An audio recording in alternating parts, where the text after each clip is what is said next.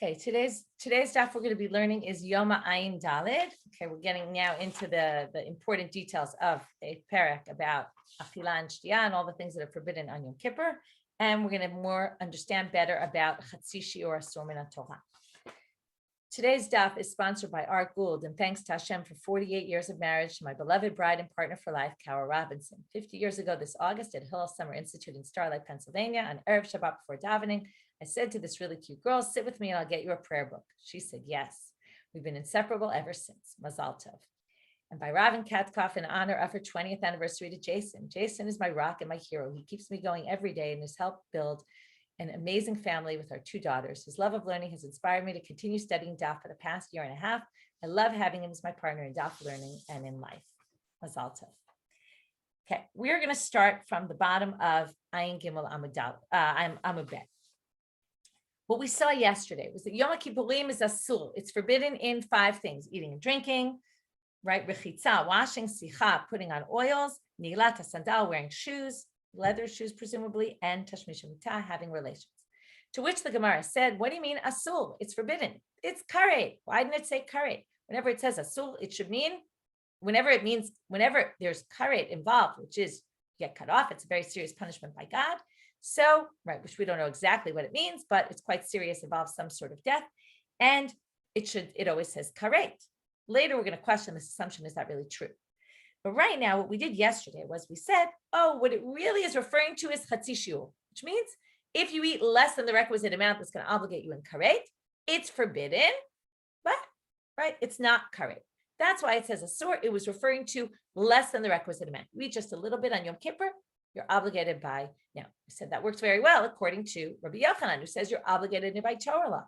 What about Rish Lakish, who says it's not forbidden by Torah law? It shouldn't say asur, to which we answered, Rish Lakish thinks even on a rabbinic level, you're obligated. And it's true.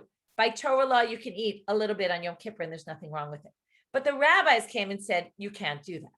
Okay. And therefore, since it's forbidden by rabbinic law, when the Mishnah says asur, it means by rabbinic law. It's talking about chatzi shiur, it means by rabbinic law. To which the Gemara asks, we're about 5 lines from the bottom of Ayin Gimel Amud Bet. Ihachi lo nechayev alei korban shvuah. We're going to now have an issue with the fact that Rish Lakish says it's forbidden by rabbinic law. If it's forbidden by rabbinic law, then you shouldn't be obligated a shvuah in this case. Now, what case? We'll see. Okay, what is a korban shvuah? Korban shvuah is if I say, I swear I'm not going to eat. Okay, that's what we're going to learn right now. Alamatnam. Why does it say in the Mishnah then? Shvuah shelo ocham. I say, I swear I'm not going to eat. And then you ate non-kosher food. Now, you're obligated because you ate non-kosher food. But are you obligated because you said, I swear I won't eat? Swear I won't eat, does that include non-kosher food, things that you're already forbidden to eat? There's a concept that's in halacha called mushba v'omeh mehar Sinai. You're already, from Har Sinai, we're commanded not to do things. If I'm already, it's as if I swore at Har Sinai. No, I wasn't at Har Sinai, but my forefathers were. And it was as if I swore at Har Sinai saying, I swear I'm going to do all the mitzvah. If that's the case, then when I make a shvuah, if I swear today I'm not going to eat, and then I swear tomorrow I'm not going to eat, and it's just another swear. I already swore yesterday, it's an irrelevant shvuah. Doesn't mean anything. So what's the relevance? I already said I swore I'm not going to eat yesterday. It's already forbidden because of that. What would be the relevance of 2 shvuot? Well, I'd have to bring 2 korbanot. If I did it unwittingly, if I go against my shvuah, I have to bring what's called that sliding scale offering, depending on how wealthy I am, what I bring. So if I do it accidentally, I'd have to bring 2 if there were really 2 shvuot. But if there's only 1 shvuah, then I don't have to. So that means ein shvuah chalal shvuah. There's no such thing as a shvuah on a shvuah that I already took. So if I'm mushba v'omeh mehar Sinai, already can't eat kosher from Har Sinai. So if I say shvuah shelo ochal, does that apply to non-kosher food if I ate non-kosher food? Because that was forbidden to me before I swore I wasn't going to eat anything. So according to Tanakama, chayav, I am obligated, even though I said shvuah shelo ochal shkatz, even though I said I swear I'm not going to eat, and already it was forbidden for me to eat non-kosher food. When I eat tomorrow non-kosher food, I went against my shvuah. Rabbi Shimon poter. And the question was asked on that mission. So Rabbi Shimon exempts people, fine, but we're focusing on Tanakam.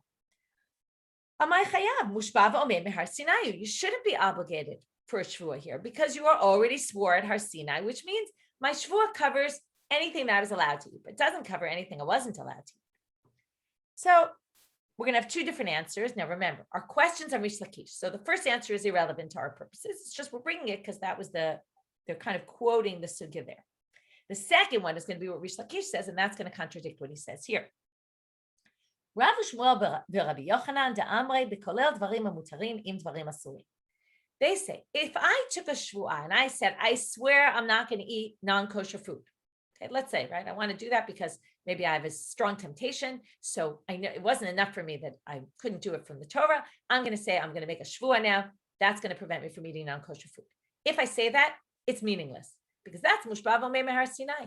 However, if I say, I swear that I'm not going to eat anything, since anything includes kosher food and non-kosher food, therefore, it's going to, the shvuah happens, and then it applies to everything. This is what's called the shvuah kolel. There's all sorts of exceptions to the rule of ein shvuah chalal shvuah, and this is one of them. If I include other things, then the shvuah takes place on everything. That's one answer. That answer has nothing to do with our purposes. Rish Lakish amar, and here's the important part. Iyat hamotzei, this whole mishnah that we said, shvuah shelo ochal, and then you eat non-kosher food, that's only if you eat b'motzi ela b'mefaresh chatzi shiur v'aliba derabanan, or b'stam v'aliba derabi Akiva. Okay, before I even get into what this means, there's a machloket, and I brought it on the sheet in the Mishnah in Shvuot, in a Gemara in Shvuot, Mishnah. Shvuot shtayim shein arba shvuah she'ochal v'shelo ochal she'achalti v'shelo ochalti. This is how many different kinds of Shvuot there are. What if I say shvuah shelo ochal v'achal kol shehu? Okay, now we're going to get into this chatzi shir. If I say I swear I'm not going to eat, what did I mean? Did I mean I swear I'm not going to eat a requisite amount? Does it fall into all the usual laws of eating, which means you need a requisite amount? So if I ate just a little, I didn't go against my shvuah. Or when I said I'm not going to eat, and this is something we're going to learn when we learn Masechet Nedarim, about things that I say. What did I mean? Maybe in my language, in the Torah language, eating means a shir of a kazayit. But when I speak, maybe I just mean a way of speaking. I just mean anything. So when I said, I swear I'm not going to eat, did I mean even a little bit? Or did I mean a requisite amount? There's a machlok of Rabbi Akiva and Rabbanan about it. Rabbi Akiva says, chayav.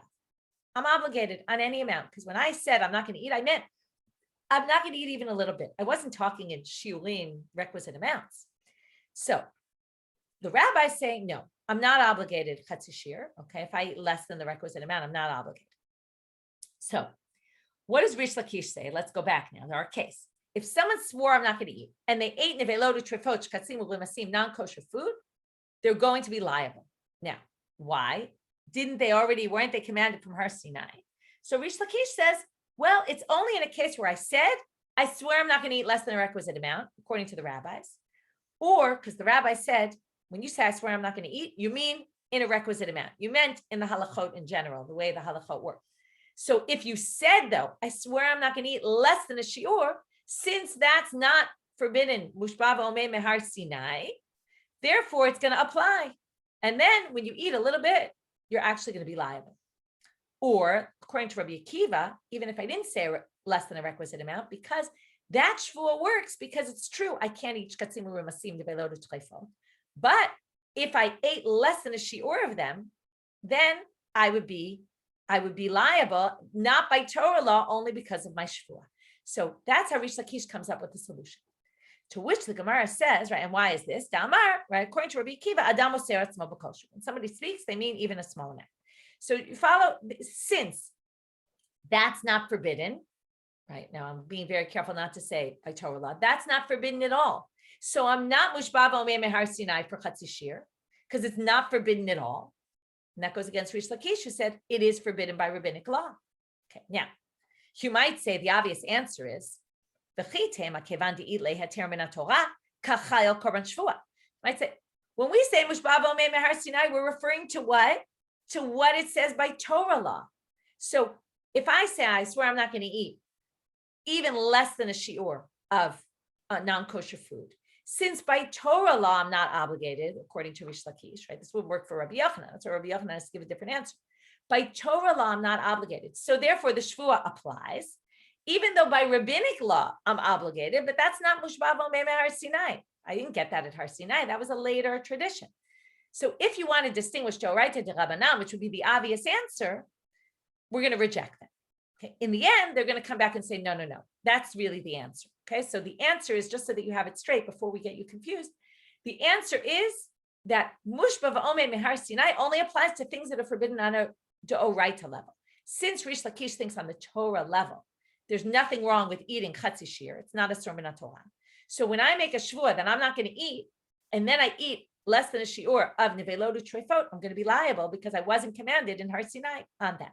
Only the rabbis came later and commanded me, but then my shvua will still apply. So now, here they're going to try to reject it, and they're going to say, but wait, the hatznan, so v'chitema is always, if you're going to say this, that we're distinguishing doraita de rabbanan, kevan ilei termina Torah, since from the Torah it's permitted, that's why the shvua has a place to basically land, if you want to call it. So kachayel korban shvua. The hatnan, there's a Mishnah that says, shvuat ha'edut einan uheget beru'uyin laha'id.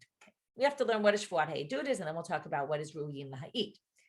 So shvuat ha'edut is a case where, let's say I took out a loan and you were my witness, not that I took out a loan, I loaned money to someone, you're my witness.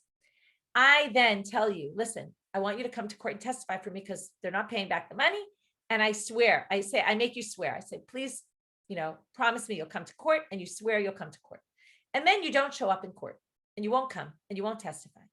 Torah says, if you know testimony for someone and you don't tell it, and in this case, I even swore you to tell it, then shvuat edut, that's shvuat edut. You have to bring a sacrifice, the korban levi orei, that sliding scale sacrifice, depends how wealthy you are, what you bring. You have to bring a sacrifice for not coming to court when you have promised that you would come to court. So now, what if you can't testify? Let's say you're my sister, my brother, you're my mother, you're my father, you're a thief, all kinds of people who can't testify. Well, if that's the case, and I made you swear that you would come testify, but you can't testify, then there's no shvuat edut. You don't have to bring a sacrifice for not coming forward to testify. It makes a lot of sense, right? To which the Gemara says, and the question was asked there on that Mishnah, limi utemai. It's obvious, and it already said it somewhere else, by the way, that it can't be your relatives or psulei edut, those who can't testify. So we already know that. So you don't need to tell us this. So what is it adding? It must be adding something additional. So Rav Papa Amar limi ute melech. He says it's to talk about a king. King in the Masechet Sanhedrin, it says king can't testify and can't be testified against. Okay, king is above the law, I guess. We might have some issues with this, especially nowadays with rulers of countries that are under indictment for things. But according to them, kings are above the law in certain ways, and they don't testify and they're not testified against.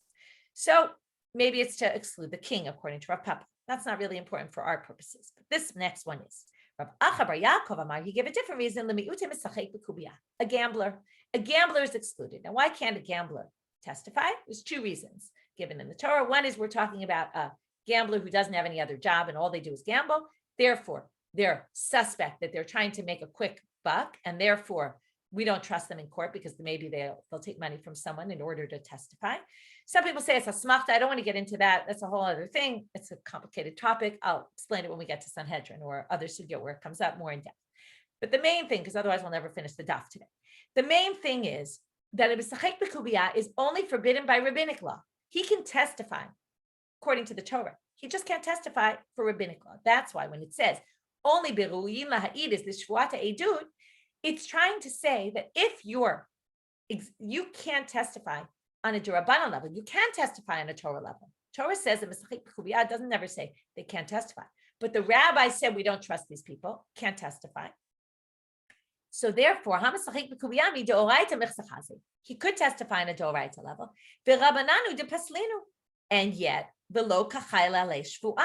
you see that the D'Oraita law of Shvuat Edut doesn't apply to him, even though, right, this is something fascinating. The Torah says if you don't testify, you have to bring up this sacrifice. Comes the Gemara to tell us that if you can testify on a D'Oraita level, from the Torah you can, but the rabbis forbade you, then you don't have to bring this korban. Now that's a weird thing. You're getting an exemption for something on the Torah by using rabbinic law. So therefore, we're going to say that the Mushba Ba'omei Mehar Sinai and exempting you from bringing this shvuah, if I eat treif and I eat non-kosher food, and I had already, right, but because I said the Shvuah Shelo Ochal, and we're saying it applies in a case where I eat less than the requisite amount. But from the Torah, that's not forbidden, right? And again, we're mixing Doraita Derabanan. So you shouldn't say, oh, Mushba V'Omed is only on Doraita, because we're going to see that the Torah law of Shvuah, when it comes to the Shvuah of Shvuat Hedut, should be like the Shvuah Shelo Ochal, that it should apply, right? Whatever is true for Doraita should apply to Derabanans also. And therefore, Mushba V'Omed should be also on Derabanans. So they're trying to make a comparison between the two, but they're going to fail because Shanei Hatam Damarka Im Lo Yagid V'Hai La Bar Haggadah Uklal. It says there, if you don't come forward and testify, you have to bring this korban. Now, that can only apply to someone who can physically come testify. This person is not allowed in a court to testify. If you come to the court to testify, let's say I made you swear, and you're my sister. I made you swear. You come to court. I'm not getting into the fact that women are not kosher witnesses in court. Okay, that I'm just using it for an example. That's a whole other topic. But if I say, come to court to swear from, I make you swear you're going to come to court. If you come to court, they're not going to let you in. They're going to say, they're going to first ask you some questions. They're going to find out we're related, and they're going to kick you out of court. So we can't possibly obligate you a shvuat do it when it wasn't even technically possible for you to do it. It's true. It's only on a D'Rabbanan level. You can't. But right, in this case, it shouldn't be my sister. I should have brought the example. You're a Mesachik B'Kubiyah. Point is, you're a gambler. Okay. And I brought you to court. So when the court starts asking you questions, they're going to ask you gamble, and you say, yes, I gamble. And then they're going to say, oh, sorry, you can't testify. So now what? We're going to make you bring a korban? You had no choice. You would have been happy to testify. That's why. That's not the same as the case of not eating, right? And then I ate nobody forced me to eat the shkatzim u'rumasim, right? That whole thing has nothing. It's totally not a good comparison at all. Not parallel cases. So the first thing we did today, just to review, because we got a little sidetracked with all sorts of things, what we were trying to do was ask about Rish Lakish. Does he really hold this Asur D'Rabbanan? If so, how could he give that answer when he was talking about the Shvuah Shelo Ochal, and then you ate shkatzim u'rumasim, that it was that you ate a chatzi shir, and that's why the Shvuah works, because you weren't Mushba V'Omei Mehar Sinai, and we assume that includes D'Rabbanans also. In the end, we say, no. That's because that only includes on a Doraita level. What actually was said at Har Sinai, Torah, not rabbinic. And therefore, since you're trying rabbinic, that you didn't swear before about, that's a new thing. And therefore, your shvuah is going to be an actual shvuah. And if you eat the shkatzim u'rumasim, or the nevelot trefot, the non-kosher food, you're actually going to be obligated also for eating non-kosher food. And also, you're going to be liable for having this false, you took a shvuah and you didn't keep your swear. That was the first question. Second question. Now we're going to question this assumption that the Gemara started with. The Gemara said asul sounds like it's not chayav karet. Anytime it's chayav karet, it says karet. It doesn't say asul. Is that really true? That every time it says karet and not asul? That they never use the word asul when they mean karet? Tanya, it says in a Braita also about Yom Kippur. Even though all these 5 things are forbidden, lo amru anush karet ela al ha'ochel v'shotev v'osem melacha bilvad. They only said that you're liable karet for eating and drinking and doing malacha, right? Like things that you can't do on Shabbat, you can't do on Yom Kippur, but not on all the rest. So now, what do you see here? Asul in the beginning, asul meant karet because it was including eating and drinking and malacha, and there you're liable karet. So it said asul, even though it meant karet. So they say, no, you misunderstood. And it's actually weird that they even suggest this, because obviously asur, the second answer is, I think, the more obvious answer, which we'll see in a minute, which is asur b'kulan. They were talking about all 5, and you're not liable karet for all 5. But we'll get to that soon. First, they're going to answer a different answer. Hachi kama. This is how you should read it. Kishamru asur, lo amru ela b'kachatzi shi'ur, aval kishi'ur anush karet. When they said asur, they only meant, the first asur in this Braita is, they're basically going to add words to the Braita. The Braita started off and said, even though they say asur b'kulan, that these are all forbidden, even less than a requisite amount. Okay, that would be, right, according to Rish Lakish D'Rabbanan, according to Rabbi Yochanan D'Oraita, that even chatzi shir is forbidden. Aval kishi'ur, but if you do a full requisite amount, anush karet, you will get karet if you eat a whole kotevet agasau kigarinata, right, the size of a date in its pit. But here we add extra words. Even though you do get karet, you get cut off, right? Big punishment. But that karet only applies to certain things, not to rechitza sicha, nilata sandal, and tashmish hamita, right? The other four. Okay, that's how you read it, and therefore asur clearly doesn't mean karet because they were talking about the isur before you get to karet, the chatzi shir. V'bait ema, this is a more obvious answer, as I said before. Ki katami asur hasha'ara. The word asur in the beginning was applying to everything that's forbidden on Yom Kippur. Some are karet, some are not. So maybe you say the word asur was referring to those that don't get karet. The Tanu Rabba v'Rav Yosef, b'shar sifrei debei Rav. Rabba and Rav Yosef taught in the other sifrei debei Rav. This is an interesting term in and of itself. Sifrei is a midrash halacha. There's midrash halacha. There's mechilta, sifra, and sifrei. Sifrei is on Bamidbar and Dvarim. Safra is on Vayikra. It's also sometimes called Torat Kohanim, and mechilta is on Shmot. It's basically like Mishnayot, but they darshan it out from the Torah. We talked about these a lot. Midrash halacha. We quote them all the time in the Gemara. Shar Sifrei Debei Rav is usually a reference to Sifrei on Bamidbar and Dvarim, and Sifrei Debei Rav is usually a reference to Sifra, which is the one on Vayikra. But this bright is actually from Vayikra, so some of the commentaries say there's a bit of an issue here because it sounds like it's talking about Bamidbar and Dvarim, but it actually is found in Vayikra. Anyway, that's a real aside. But in any case, they bring up this Midrash Halacha, they quote it, and here it goes. Minan liyom kippurim shasur b'rechitza b'sicha b'nilata sandal b'tashmish hamita. Talmud Lomar, Shabbaton, Shvot. From the word Shabbaton, okay, you have to read the whole pasuk. Vayikra Tet Zayin Lamed Aleph, it says, Shabbat Shabbaton yilachem v'initem nafshotechem chukat olam.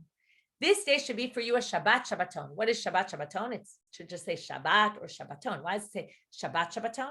Shabbat means Isur Achila, Shtia, and Malacha. Shabbaton is coming to add an additional thing that's not exactly the same, which means refrain from other things as well.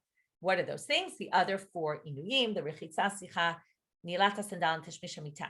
So from here you see that they're in a different category than the others. Okay, the Gefet this week, which is really interesting, if your Hebrew's good, is a whole, Rabbi Chana Dreyfus goes into a whole distinction between the machloket I mentioned yesterday. Is eating and drinking asur? It's true, it's clear that that's karet, versus the others that you don't get karet. The question is, are they not even asur by Torah law? Are they all rabbinic in nature, or are they asur by Torah law? And she goes through a very long Tosfot Yeshanim, which basically makes three arguments. First, it proves one, then it disproves it, then it reproves it. And he goes back and she uses all this methodology about how people come to these kind of conclusions, how the commentaries try to derive from what is said and from the sugyot that we're learning, how they get to the conclusion, are the others forbidden by Torah law or only by rabbinic law? Okay, which is there's a big nafkamina, which is there's a big relevance to halacha if you say they're only asur by rabbinic law. It's much easier to find exceptions and come up with ways where it would be permitted if it's only by rabbinic law, or situations where we were permitted, whereas if it's by Torah law, it's much more serious. So even though it's not karet, there's a debate, is it asur from Torah or is it not? Right? Even though you have this drasha from Shabbaton, it doesn't necessarily mean it's asur by Torah law. Often the rabbis just connect things to verses, and it's not actually forbidden by Torah law. So that's a whole interesting thing. Comes off of the stuff that you can listen to Gefet if that's good, if that works for you. Okay. Gufa. Chatzi shiur. Now we're going to learn about this chatzi shiur. Rabbi Yochanan amar asur min haTorah, Rish Lakish amar mutar min haTorah. This is a fascinating topic, chatzi shiur. Okay, in fact, I gave a shiur last night to a group of soldiers about specifically this issue. It was fun for me to actually have the opportunity to go much more in depth than we usually do. So I have a few things to add about it. There's really two basic approaches to how to understand Rabbi Yochanan's approach. The chatzi shiur is asur min haTorah, and it's very important because we paskin like Rabbi Yochanan. We say chatzi shiur is asur min haTorah. Rabbi Yochanan amar asur min haTorah, and here the Gemara gives his reason. Since it can be added, if I eat a little bit, and then I eat another little bit, and then I eat another little bit, and then I eat another little bit, all those add up, and in the end, I could possibly eat isur. There's two ways to understand this. Either you say, it's really nothing, chatzi shiur. It's irrelevant. However, since if I keep doing it over and over and over in a short period of time, because Isur Achila has to be in B'chtei Achila Pras within 9 minutes, but if I keep eating more and more and more, and I go a little too far, I'll do the prohibition, and that will be an issue. So as what we call a siag, as to prevent me from doing something wrong, even though it's really nothing. Chatzi shiur is meaningless. But since if I add, the whole sum of its parts, I can add a part, even though the part really doesn't mean anything. But since if I add it together, eventually I might actually eat on Yom Kippur something forbidden. Therefore, we forbid me to do it. And then it's a preventative. Okay. Or do we say, and in fact, his language says it, Isura ka'achil, he's eating something that's actually forbidden. It's something. It's not enough. You're not going to get a punishment for it, but it's something. You can't eat on Yom Kippur. Now, it's true that in order to get the punishment, you have to eat a larger amount. However, by eating anything, you're eating on Yom Kippur. We don't care that it's less than the requisite amount. You won't get punished, but it's forbidden. So there's two ways to do it, to see it. Now, there's very important nafkaminas. One is less important because it's kind of irrelevant, which is, there's a whole bunch of nafkaminas. I'm going to give you one, which is what if I start eating right before the end of Yom Kippur? So I eat a teeny bit and I don't have enough time to eat a whole shiur. So maybe that would be irrelevant, right? Then you would say, it's not chazi litzderufe. It can't add up with anything else because maybe it's okay. But a more interesting nafkamina is there chatzi shir and mitzvah. If I eat less than a requisite amount, if we view less than a requisite amount as I can't eat this because I might eat more and I'll go over a prohibition. When it comes to a mitzvah, that's irrelevant. There is no prohibition. There's nothing to prevent me from. So let's say it's Pesach. Okay, I brought this interesting tshuva about a group in China that these backpackers showed up 2 hours before Pesach and they didn't have enough matzah for everybody. 40 backpackers show up and they don't have excited matzah for everyone. So what do? So this is a bit of a moral dilemma, right? You have to split it up. Who gets it? Very fascinating tshuva. Anyway, the question is there a value to eating less than a share of matzah? If you eat just a little piece of matzah, have you done anything? So if you say it's chatzi shir is only significant because it's preventative, well, there's nothing to prevent you from here. You really didn't do anything, right? Or do we say, no, it's something. You've at least done something. So therefore, we view it, right? Like people who maybe eat like a bite of matzah, but it's not a kazayit at their seder every year. Of course, there's value to that. They're connecting to the mitzvah of matzah. Now, on a halachic level, the question is there value to that, right? So if you say chatzi shir is something, it's just that it's not enough you don't get punished for it, then you would say also by matzah, it's something. So maybe you're not fulfilling the mitzvah the way you're supposed to, but it is something. So anyway, there's a lot more interesting to say there, but we're not doing that shir now. So it's a good topic. So he says that's the reason. Since it can join with others, again, two different ways of understanding it. It's an Isser Achila. Now, Isser Achila in the Torah is defined by a requisite amount. This doesn't have a requisite amount. It's not. Okay, and that's very simple. Rabbi Yochanan now brings a question on Rish Lakish. He says, look, there's a source that proves exactly my point, a braita. You might have thought only things that are punishable are forbidden. So, koi v'chatzi shir, ho'il ve'eno ba'onesh. Okay, koi is an animal that we're not sure its identity, whether it falls in the category of animals or domesticated animals or undomesticated animals, behema or chaya, which has all sorts of ramifications. For example, chelev. Forbidden fats can't be eaten on a behema, not on a chaya. So if it's a behema, then it's forbidden. If it's a chaya, it's not forbidden. So we don't know, is it asur or not? So that's a safek case. And chatzi shir, which is also less than the requisite amount. So both those things you're not going to get a punishment for because it's a safek, okay? Or it's koi is a safek, and chatzi shir is less than the requisite amount. You might have thought since they're not punishable, maybe they're not actually forbidden. Talmud Lomar, kol chelev. It says kol chelev. Kol chelev means to include the word kol, any chelev. It means you're liable for any chelev, meaning even if it's koi, you're not allowed to. You won't get punished, but you can't do it. And even if you eat, here again, we're back to Isur Achila, even if you eat less than the requisite amount. If I eat a little bit of chelev, even though I won't get punished for it, I still did something forbidden by the Torah. So that seems to prove Rabbi Yochanan very clearly. So what's the answer? Right? Because again, remember, Rish Lakish says it's not forbidden by Torah law, only by rabbinic. So he has a very easy answer. Midrabanan ukras machta ba'alma. It's rabbinic. It's just, it connected it to a verse, right? Just because you learn a drasha from a pasuk doesn't mean it's on a Torah level. And here, what the Gemara is going to do is prove that it's only rabbinic, but then they're going to say the proof doesn't really work, but still the answer stands. We just don't have a good proof, but we're going to try to prove it. Hachinami mistaber the isal kadatach doraita koi sveikahu the itzrich kra the ituye sveika. If koi is safek, right? We don't know is it an animal or a domesticated or an undomesticated animal. If that's the case, do you need, now the issue is, so the Torah has this word kol to teach you about something that we don't know what category it goes into. Now, the way some people explain this is, Does God have sfekot? In other words, God wrote the Torah. He wrote kol to include some animal that he knows what it is. We just don't know. So we don't need the pasuk doesn't relate to the pasuk relates to a suffix. Like if I'm in a difficult situation, I don't know something, but not to something. It's clear what a koi is. We just don't know what it is. There's no need for the Torah to give a verse to include something like that.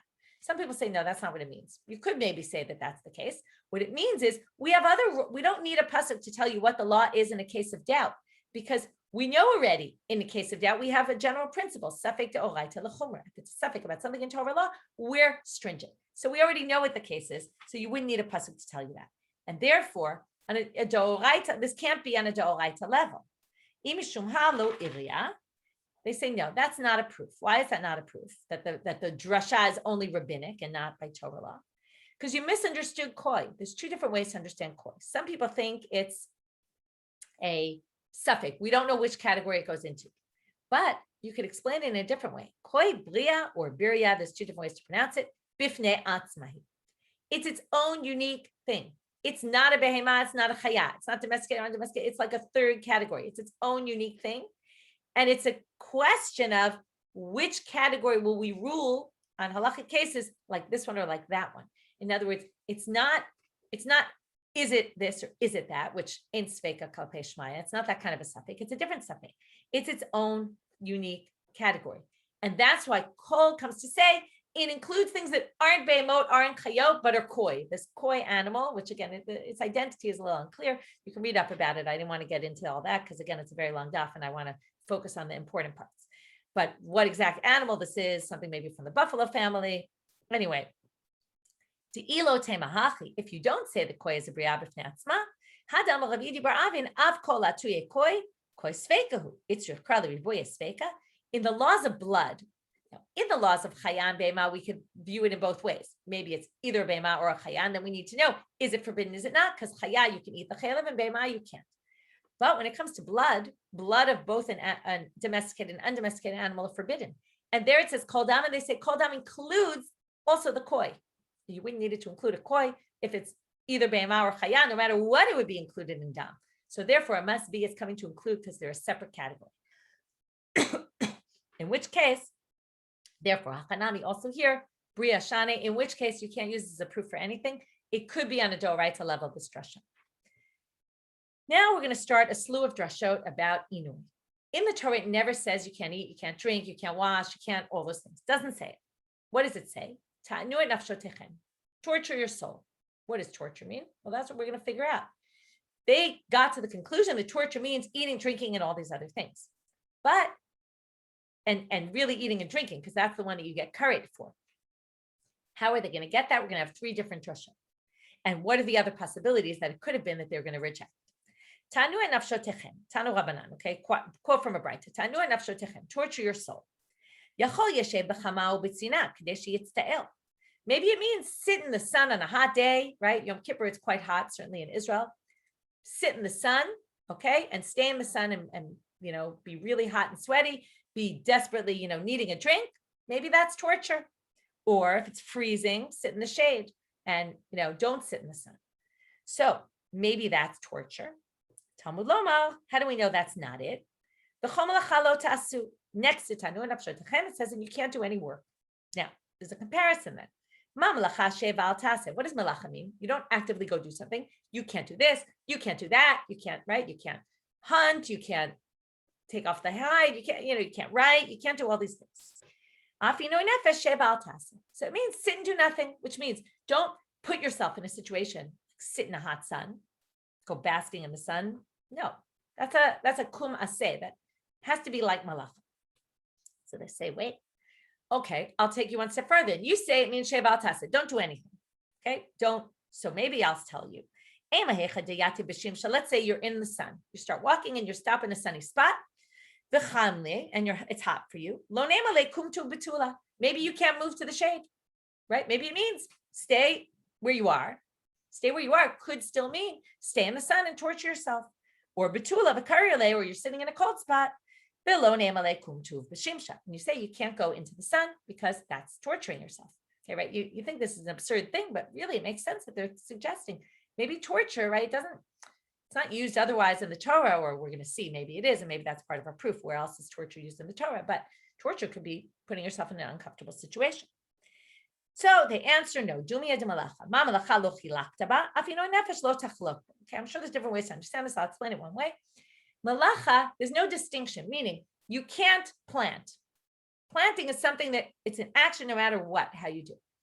If you say going in the sun could be good, could be bad, right? So you have to take things that are absolute and not subjective, depending on the situation. It has to be something that's very clear cut. That's one way to read it. There's other ways, but we'll leave it at that. So in other words, we compare it to malacha in two ways. It's shev al taseh, don't do something rather than do something actively. And even if you say maybe staying in the sun would be not active, still it has to be something that's clear cut, that it's always going to be forbidden and not something that might change depending on the situation. Second brighter to proof. Tanya idach, tanu nafshotechem. Same exact question in this brighter. Maybe sitting in the sun or the shade, if it makes you uncomfortable, will be forbidden. But here they're going to learn it from a different way of malacha.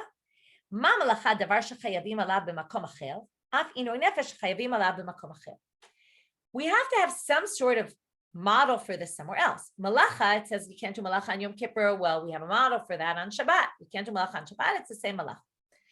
But when it comes to eating, we need a model where you're going to, in both cases, you're going to get karet. We need a model where you're going to get karet for food.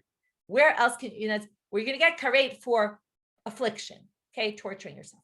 Now, it doesn't say anywhere in the Torah you have to sit in the sun for any reason and you're going to get karet for sitting in the sun, right? Maybe skin cancer, but not karet. Maybe one can make a connection, but it certainly doesn't say in the Torah anywhere.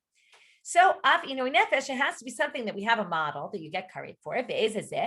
Pigul v'notal, we have two things that you can eat that can get you karet.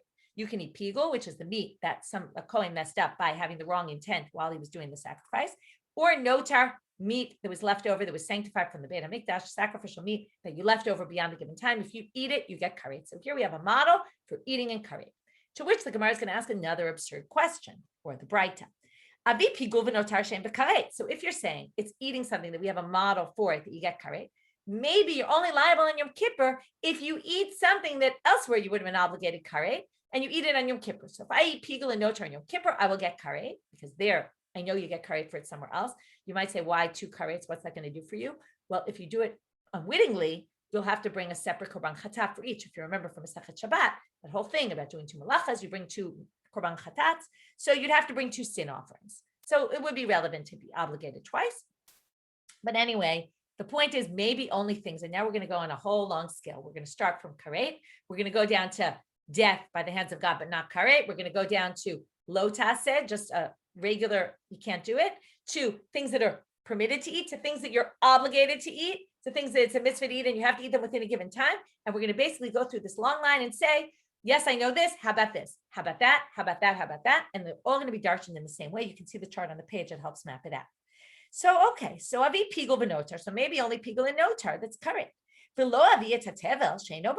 maybe it's not forbidden on Yom Kippur. Maybe I won't get karet if I eat non-meiser food. I didn't take the tithes from it. Maybe I'm not liable. Talmud Lomar, ta'anu, v'initem et nafshotechem. It says also ta'anu, and it also says v'initem et nafshotechem. It says it in two times. Therefore, riba comes to include even more things. So yes, pigul notar, we would understand, but tevel is included from this riboy. And we're basically going to say this riboy includes everything. The same words are going to include all these other things. Avia tevel she'i b'mita. Below avia tanavela she'ena b'mita. There's things that you don't get the death penalty for, right? Tevel, you get death by the hands of God, which is less severe than karet. There's things that it's just a lo taseh, so you get lashes if you eat nevela, a dead animal that wasn't slaughtered. So maybe that wouldn't be included. It came to include even more things. Avia tanavela shubalav. So fine, I get it's also forbidden to eat. Maybe not severely, but it's forbidden. But what about regular food that I'm allowed to eat generally? So maybe I won't get karet for them. It included them. So fine, chulin, I don't have to eat it. I can eat it, don't have to. So I understand. Can't eat it on Yom Kippur. But maybe lo aviyat truma, there's a mitzvah to eat truma. If the Kohanim, they have a mitzvah to eat truma. So if a Kohen eats truma on Yom Kippur, maybe he's not going to get karet because there's a mitzvah to eat truma. That's also included. He's also going to get karet. Last one. What about sacrificial meat? That the time is going to pass and it'll be forbidden for me to eat. So I need to eat it within a certain amount of time. Maybe I'll be allowed to eat it on Yom Kippur. That's also included. Now, if you didn't like this answer, that we get it all from ta'anu, right, from this double language, and because we need a model, and that's why we took this model of food, where food you're chayav karet for, and that's how we got to food. I'll give you another answer. The Braita says, that's not good enough. Instead of saying you will get karet, the pasuk says you will be a lost soul. Now, a lost soul means basically you'll die. So what did they learn? Because the punishment was worded in that way, they say, what affliction do you need? Affliction that will cause the soul to depart, which means if you starve yourself, you will die, as opposed to sitting in the sun where you won't die from that. What could this be? It's only food and drink. So the Gemara asks, why did you need an extra pasuk? What was wrong with the first drasha? That it's like malacha, and you need a model for it. And we have a model for eating in karet. We don't have a model for sitting in the sun in karet. But they say, maybe it's talking about forbidden sexual relationships, which also there's a model of karet for, because all these sexual relationships of your relatives, you get karet for. So therefore, it has to be inoy sheyesh bo nefesh, and that's achila u'shtia. So that was our second braita. We learned it from Melacha. Both are learned out from Melacha, but each one in a different way. Debei Rabbi Yishmael Tana, and the second one, and the second braita has this other one also from Va'avad Tiyat Nefesh. Third braita, Ne'emar kan inoy v'ne'emar lahalan inoy. We're going to learn inoy from the desert. In the desert, it says Va'yancha v'yarivecha. God tortured us and starved us. There you see, afflicted, right? Afflicted us and starved us. Affliction is starving. Food. Malahalan inoy ra'avon, av kan inoy ra'avon. So now they're going to bring some other suggestions, but it says inoy in other places, and it doesn't mean food. Lavan says to Yaakov, if you don't give my daughters, have sex with them when it's the time that you're supposed to, then, like he makes this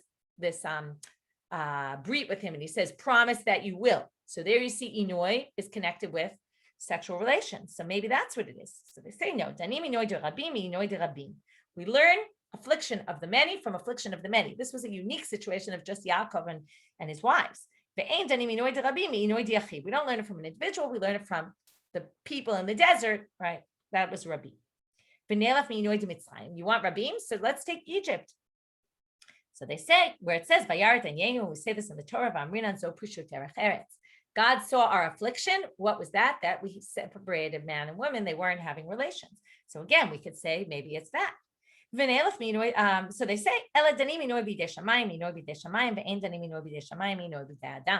Yom Kippur is God imposed, and the torture in the desert was from God. We're going to learn God from God rather than from the Mitzrayim and the Egyptians and what they did to us. Last thing we're going to get into, since we mentioned the man, and from here we're going to get off on a long thing all through the daf tomorrow about the man in general and even past that. God gave us man in the desert to make us suffer, to afflict us. Seems very strange. I thought the man was a gift. It was good. So what was bad about the man? Rabbi Ami, Rabbi Asi, someone who has bread in his basket is not like someone who doesn't. Right? When you open the refrigerator and it's empty, right? It's that horrible feeling, right? You don't know what you're going to eat. It's like that. If you don't know what's coming tomorrow, maybe you won't have food tomorrow. They had to wait every day for the next day to get food. They had an empty fridge every day. That's torture. One thing about the man, it could taste like anything, but it looked the same. It didn't look like you're eating a piece of steak. It tasted like steak. It didn't look like steak, or it didn't look like, whatever it might be. Okay. It couldn't have been steak, but whatever, right? You imagine it to taste like something, but it doesn't look like that. So because it doesn't look like that, it doesn't have a good taste. It's not enjoyable when you eat it. From here you can learn about blind people. He was blind, that they eat and they're never satisfied because they can't see their food. And Amar Abai is always obsessed with food. This is one of the cases where you see it. Only eat during the day, because at night you can't see your food. It was dark at night. You should always eat during the day to enjoy your food. Amar Abizera Mikra. Where do we get this from? What you see is better than what you're dreaming about or what you're thinking about, or like one way of saying is, your wandering desire.